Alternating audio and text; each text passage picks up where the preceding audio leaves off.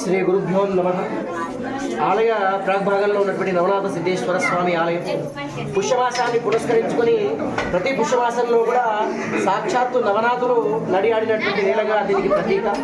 అందుకోసమని ప్రతి పుష్యమాసము ప్రారంభమైనటువంటి తర్వాత ఇక్కడ ఈ ఆలయం లోపల నవనాథులు సంచరించినటువంటి విధంగా భావించి సాధు సత్పురుషుల యొక్క పాదపూజ నిర్వహించడం ఈరోజు ఆనవాయితీ.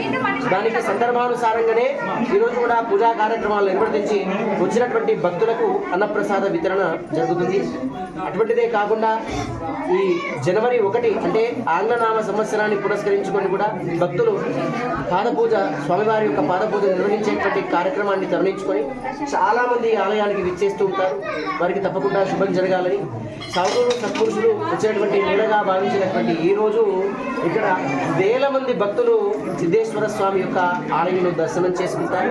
దాని తదనంతరం సంక్రాంతి పండుగకు సంబంధించినటువంటి విత్తులు అన్నీ కూడా పెట్టుకొని వారి అమ్మకానికి సిద్ధంగా చేసుకునేటువంటి ఆనవాయితీ సనాతనంగా కూడా వస్తుంది.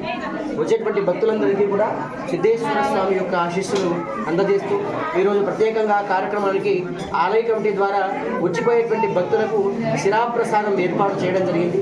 కాబట్టి భక్తులందరూ కూడా స్వీకరించాలి. ప్రత్యేకంగా కూడా పోలీస్ బృందం వారికి ధన్యవాదాలు. ఎందుకంటే వేల మంది భక్తులని వారు కట్టడి చేయడానికి, ఆలయంలో వచ్చేటువంటి భక్తులకు ఈ యొక్క దర్శన భాగ్యం కల్పించడానికి కానీ వారు చేసేటువంటి సేవ ఈరోజు అతీతంగా కూడా ఉంది. కాబట్టి వారందరికీ కూడా స్వామి వారి యొక్క ఆశీస్సులు అందజేయాలని కోరుతూ శుభం భవతు.